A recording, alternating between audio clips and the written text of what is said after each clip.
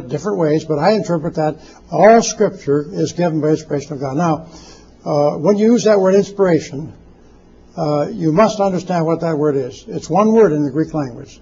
5 words in English translate one Greek word.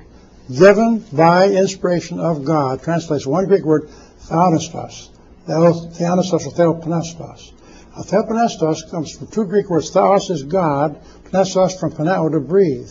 All Scripture, passagraphe, everything that's written down is God breathed. Now, the question is, given by inspiration of God. People use the word inspired, but they don't say inspired of God or inspired by God or God breathed, see? They just say, they use that word and they redefine what the Scriptures means by the thing, see?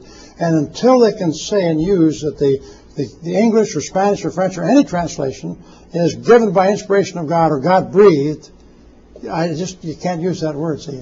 But there's a big battle, as you know, a great big battle. Hyles Anderson College was built upon the inspired King James. We don't agree with that word. We say it's accurate, it's true, it's faithful translation. That's good enough for me. I don't know why they can't understand that. But to use that other word, that dabbles into that whole concept of given by inspiration of God. How did God give His original Hebrew, Aramaic, and Greek words? If the English translation or any translation is inspired of God, what does that do to when He gave it? God did not speak English or Spanish or French. He spoke Hebrew, a little Aramaic, and Greek, and that's what He gave to us. So there's a battle there. Hyles Anderson used to be inspired King James. Then the New King man, Scap, came along and said, no, we're not going to have the inspired. And so Anderson said, I'm not going to give any more millions, because he's with Hyles, he believes in inspired King James. And so the other man, what's his name, Feuderan? It's not Feuderan, is it Fugate? Fugate is he's taking that whole thing up, and there's a battle. I tell you, we've got a real big battle. Dr. Williams, take a stand at the inspired King James. Well, I've written a book. Go ahead, tell them about it. I don't know whether it's here or not, but you can find it on the Dean Bergen Society site and Bible for Today's site. And Dr. Waite's exactly right. And Dr. Mormon is pointing something out. Dr. Waite, in his new book that's on the table that we just published on September the 22nd.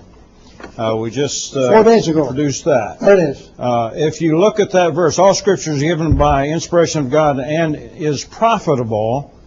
Their preservation is linked to inspiration. Those words God inspired, He preserved because they're profitable now, right now. And I think that's very critical. The other thing that a lot of folks do these days is say, well, it's derivatively inspired. One more minute. Okay, how can it be? Derivative means change. Something is changed. And the minute you translate the original God-breathed words, which is what that word means, you've changed it. So how can they be then inspired? That means that's derivative, you see. Thank you very much, Dr. Brennan. Sorry to cut you off, but you got to have a 10-minute break. Go to the bookstore anyway. Pastor's got an announcement. Hold on. Okay, Pastor.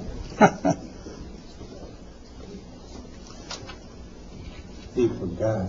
Would the ushers... Oh, I'm sorry. Oh, that's all right. Inspiration and almost more important than all. Okay. I'm sorry. All right. Let's have a prayer now. This is like talking about money on Mother's Day. We don't like to do that, but nonetheless, we do have some things to pay, and if you can share with us and help us, that'll be fine. We appreciate it. If not, God bless you anyway. Let's have a prayer now.